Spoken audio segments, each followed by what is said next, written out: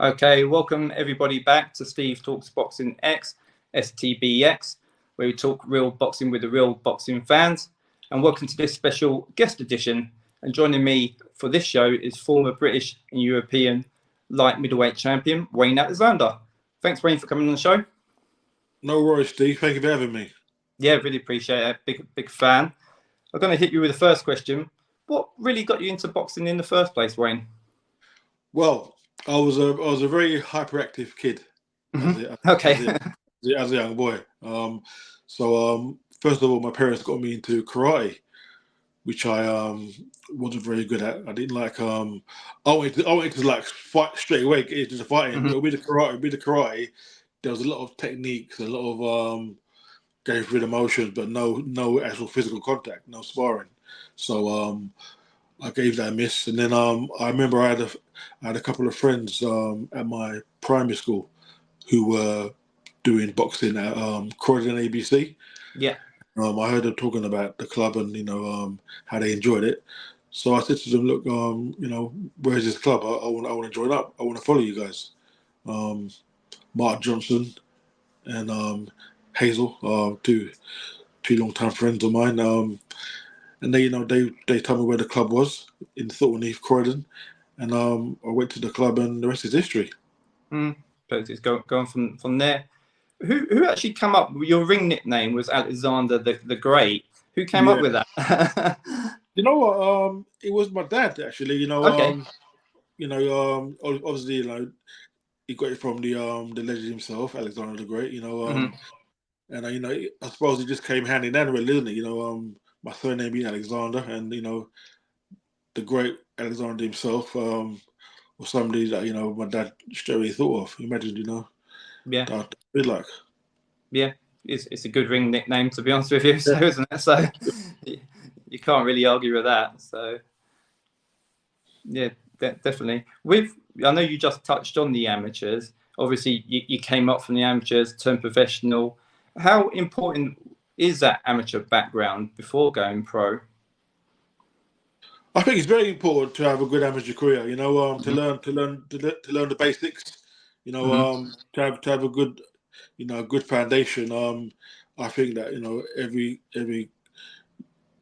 young pro, every person that wants to turn pro should have a good even 4 or 5 year senior career. That's where you learn the trade. I think be having a good amateur career. Most champions, I say 9 out of 10 good pro champions or world champions had good amateur careers. So I think it's a good base foundation to have a good amateur career.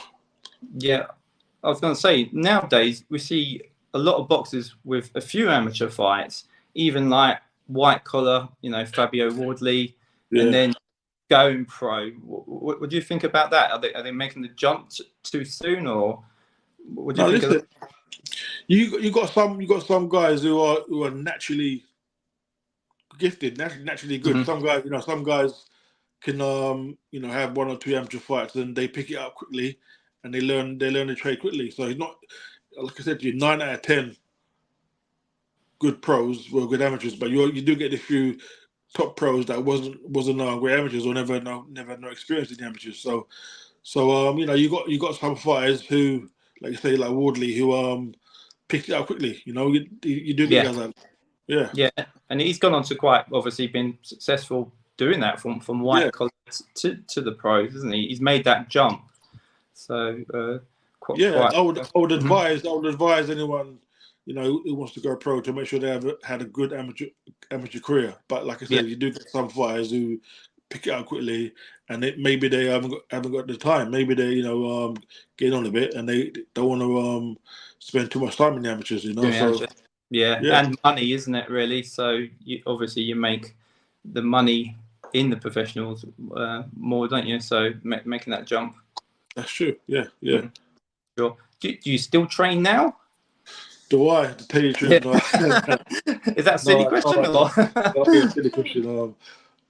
No, I don't. I mean, no. I should really at least do some road work, But I'm occupied otherwise. But no, I should do.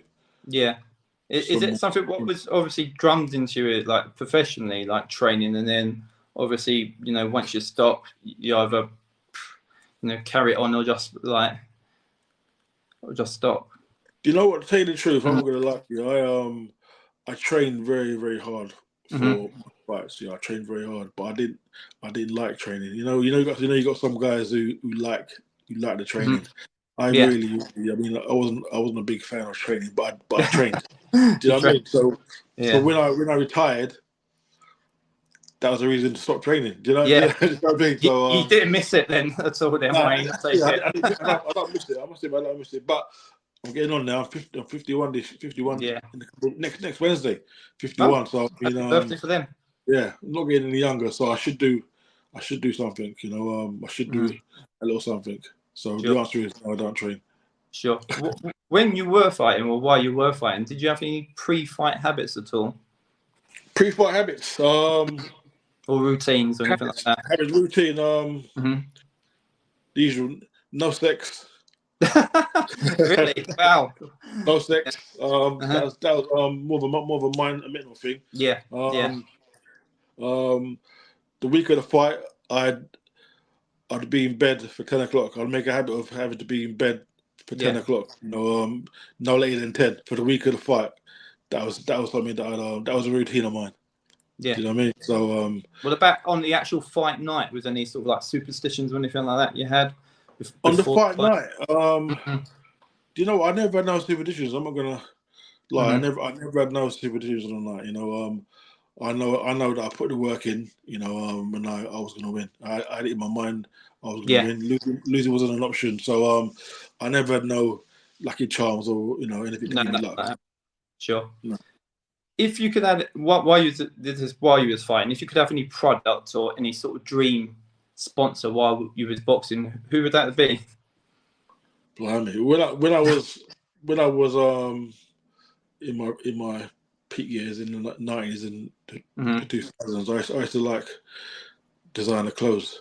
I used to like designer clothes. So maybe a designer, an Armani or Versace, or a Stone Island. Stone Island sponsor. Yeah. Something like that. You know what I mean? A designer,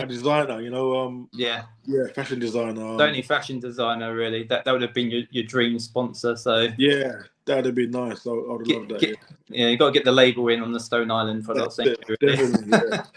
Exactly that. Some Stone Island gloves. Definitely that. Who was your toughest opponent, would you say, during your career? My toughest opponent was toughest was probably Harry Simon.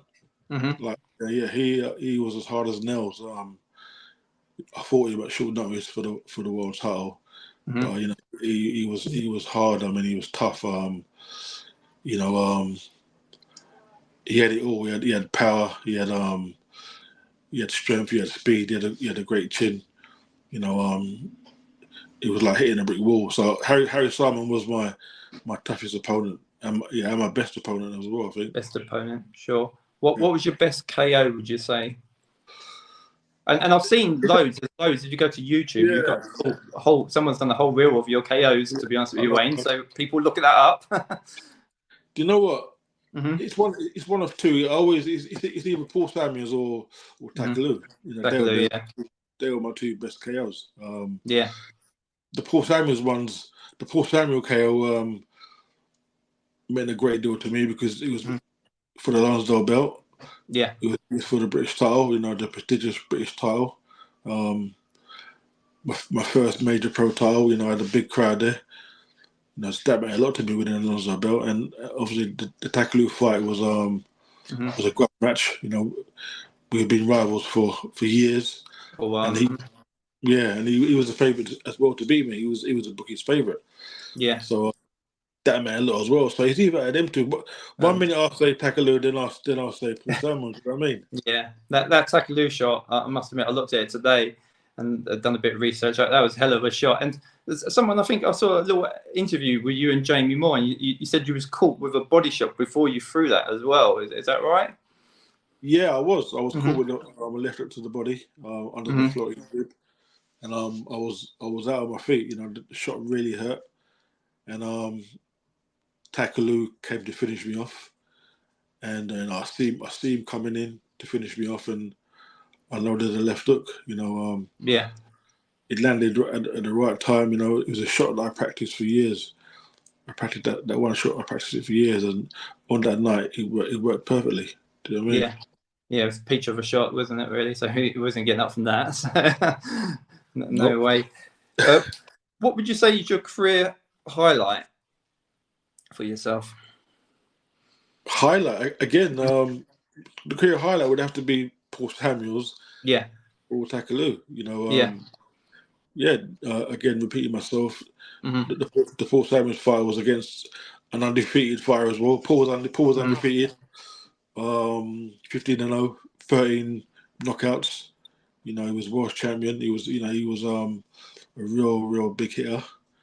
And then we was both like coming towards our primes. We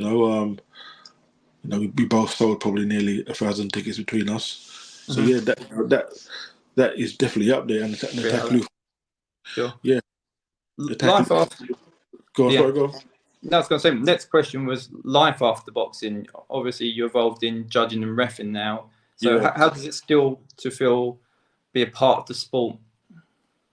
Yeah, it's great. It's the next best thing to being a fighter, being a third person in the ring, so to speak. I like what I'm doing.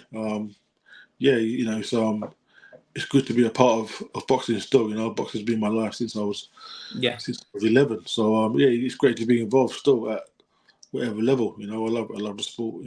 So it's great to be involved.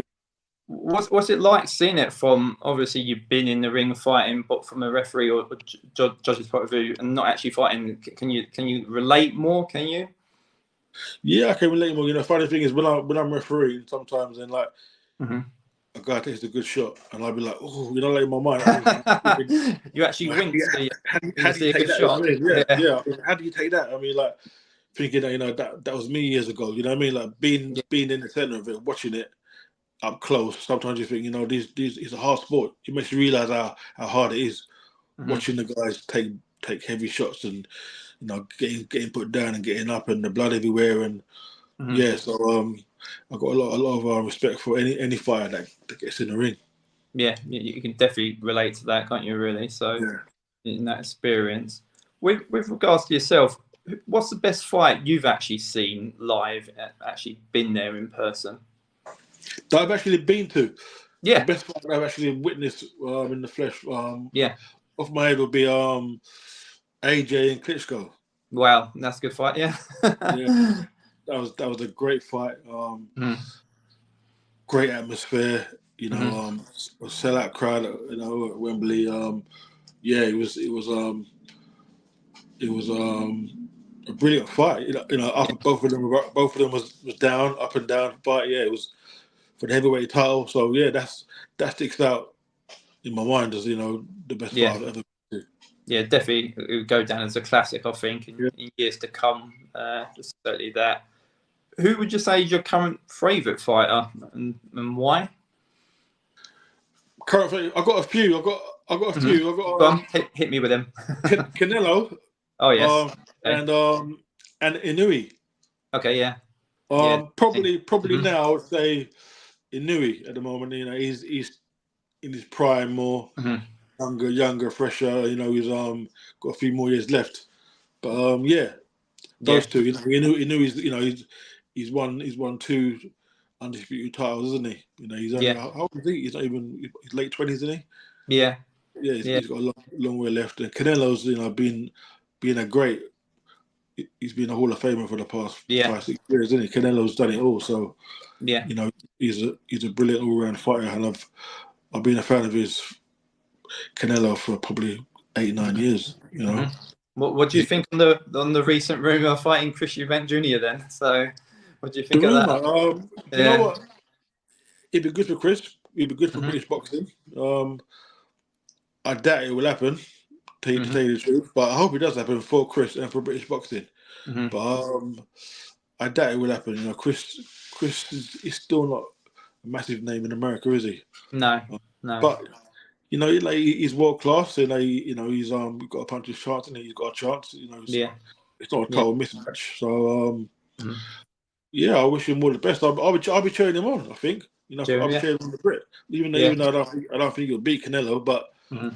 you know, that'd be great for British boxing, wouldn't it? Sure. Yeah, 100%. I even suggested it earlier last week that it'd be great if to have Canelo in the UK for that fight, but I don't know how realistic that would be to be honest with you. Maybe a bit of That'd be a a dream, wouldn't it? That'd be a dream, you know. You never know. You never know. You do. yeah, You maybe a bit of Turkey Al Sheikh money could push it this way. Maybe you never know. And you mentioned it, Inoue being one of your favourite fighters, and I always say this: the lighter guys that they're not getting the respect in the divisions. I think you're looking at Bam Rodriguez, you know, a couple of weeks ago as Here's well. another one. Yeah, another one. Yeah, the lighter guys. Everyone always looks at the heavyweights and you know the bigger weights, but you're right. You know, he's one special talent there. And the lighter guy should never be overlooked. I think, from my point of view, anyway. So, by the way, I agree with you, mate. But I think that will always happen. You know, people are always gonna love the heavyweights. You know what I mean? The middleweights, super middleweights. You know, but like you say, the smaller guys deserve a lot of credit as well. You know. yeah, 100%. Who's the most famous person you've ever met, Wayne? The most famous person. Yeah, go on. The most famous. What would you mean? Like Anyone? seen? Yeah. Me? Well, apart from you, Mike Tyson. I mean, oh wow, Mike Tyson. I met him in the flesh. That's pretty big then. Was he a nice guy? Funny enough, when I I met him twice. I Mm-hmm. met him twice. The first time I met him was when he came to fight Julius Francis. Okay, yeah. Was that in Glasgow? Was it that one? Yeah, and Yeah. he passed through Brixton. Mm-hmm. He passed through Brixton, and there was about 5,000 people there waiting to see him. Mm-hmm. So that's when I first saw him, and yeah, he was a cool guy. You know, he came across, you know, very very calm and collected. You know, and I met him again a few years later in a Q&A, question and answer show in Peterborough. Mm-hmm. And again, he came across very very calm and polite. You know, he's a guy that I watched from the early '80s. You know, when I was a young boy. So to meet him for the first time was an honor. Mm-hmm. You know, so, yeah. I mean, was you a bit starstruck? Was you? definitely I was. Yeah. I mean, yeah. at Brixton there was about, I'm telling you, there was about 4,000 or 5,000 people there queuing up just to get a glance of him. You know what I mean? And funny thing about it, I was with Danny Williams. Oh wow, love Danny Williams. I was with Danny Williams to go and see Mike Tyson, and 4 years later, Danny beat him. Yeah. Yeah, you know what I mean, like, yeah. So that's mad. You wouldn't dream it. Yeah. Yeah, I met Danny Williams a few years ago. One of the nicest guys you could ever meet, to be honest with you. So yeah, Danny's like a brother to me. Lovely guy. Yeah. What's your thoughts? I know this is quite a big subject nowadays, but with social media and boxing, you know, should they go hand in hand? Social media. Social media is not going nowhere. I mean, so I think we got to live with it, whether we like it or not. We got to live with it. You know, social media has taken over. You know, I mean, it's got its good and bad points. You know, you got guys that can't really fight. You know, that are not all that good. That are superstars. That are well known. You know what I mean? Yeah. You know, and 30 years ago, nobody would have known them. No, because just based purely on their success on social media, they get pushed to the front, don't they? So, but even with current fighters using social media to get the fights they want by, I guess, enticing the fans, bullying, you know, saying remarks about, you know, opponents and stuff like that, to get the fights happen as well, to get the fight happening as well.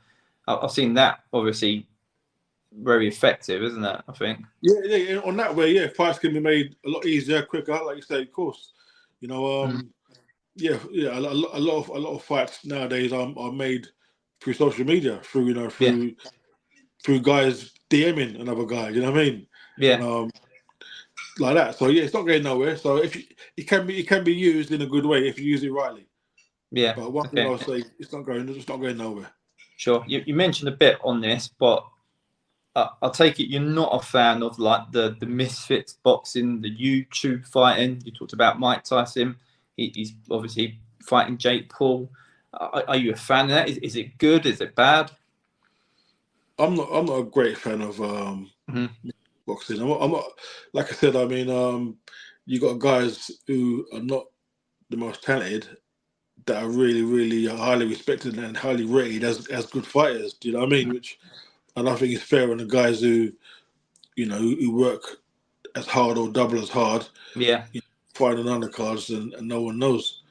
Talking about Mike Tyson fighting Jake Paul, I'm quite disappointed in that. Really, is it still going ahead?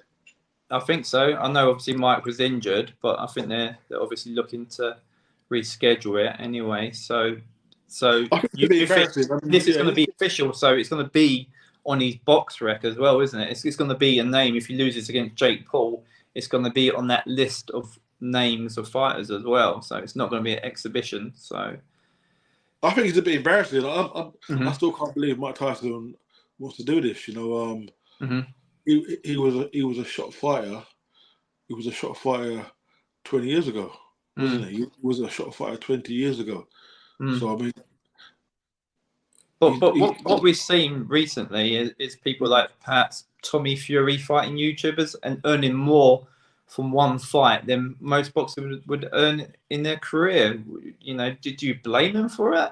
No, I don't blame him at all. That's what I'm saying. I don't blame him at all. Maybe if I was in his position and I was offered tons of millions, I would say yes. So, I can't argue with that. I cannot argue with that at all.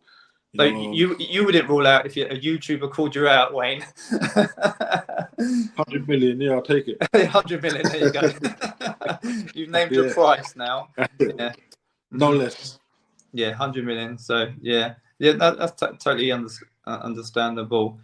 With also illegal drug use in boxing, banned substances, news of obviously recently Ryan Garcia. Should there be harsher punishments for drug cheats, do you think?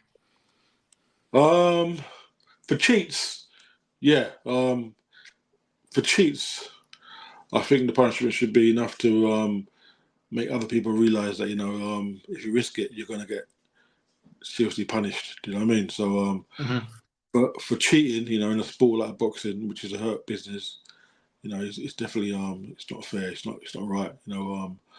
I can't agree with that at all. The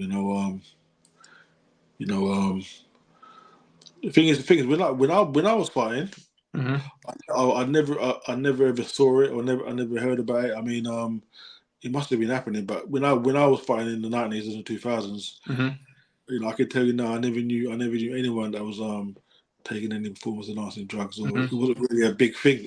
You know what I mean? It seems to be over the past 10 years. Yeah, it's come on, isn't it? Yeah, but no, this is what I'm with you, and there should be harsh punishments for cheats. It's a hard sport as it is, and if you're a big puncher and knockout specialist, then you're taking something to make you even hit harder. You know what I mean? Yeah.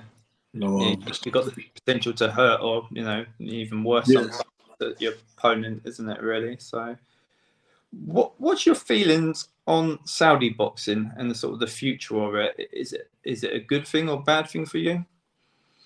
I think it's good for boxing. It's a change. It's like Frank Moore said, it's a game changer. It's good for boxing. The main thing is the fights that probably wouldn't have happened are happening now. So it's good for the fans in that way, isn't it? Fights that people thought weren't going to happen mainly because of money are happening now. What about the fact they're in Saudi though, and not maybe perhaps selfishly from a UK point of view, of a UK fan? I wouldn't mind seeing these fights in the UK. So what about that point of view? Same me. I mean, I'm a UK resident, so I would prefer it to be in the UK. But there's going to be one in September, isn't there? AJ Yeah, against Dubai. AJ and Dubai. So I think in the future there will be more in the UK. You know, but you are right. You know, a lot of fans can't afford it, can they? To go No. over there. So I do understand. I do understand that you know, a lot of the fans can't afford to go over there and they feel left out. But as a fighter, if I was around now, I'd love it. You'd be, yeah. Like, yeah. I was going to say you'd be right on that. Yeah, put me on the card. Yeah, definitely. Listen, you know, it's a short career, so you know, the fighter's got to come first. But yeah, hopefully, you know, there'll be more in the UK, like, you know, maybe a couple of years. You know. Yeah. It wouldn't be too much to ask for, I don't think. No, So of course not. if they're doing more shows in Saudi, then I don't think it'd be too much to ask for. What would you think about this recent trend of like all the promoters working together now as well? It's pretty much unheard of even back in your day, isn't it? Really, but now you know, it seems to be working, doesn't it? Yeah, definitely. I mean, in my day, there was fights which I could have had with rival promoters, which never happened because never happened. Yeah, they never spoke. But yeah, I think it's good for boxing as well. It's good, you know, for them to get together and put the egos aside and please the fans. You know what I mean? You know, it's all about the fans as well, isn't it? You know, giving the fans what they want. So I think it's good for boxing that the rival promoters are speaking and, you know, getting on. It's a business, isn't it? You haven't got to like each other, but if you get the fights on, then it's good. Yeah, exactly that. So yeah, it's got to be positive for the sport, isn't it? Really. So and it's just recently, but I suppose there's a lot of money obviously behind it as well, which helps them. I'm guessing anyway. So yeah, definitely. Yeah. Definitely. Brilliant. Well, that's it for the show. Wayne, really appreciate your time for coming on. No worries, Steve. Yeah, really nice talking to you.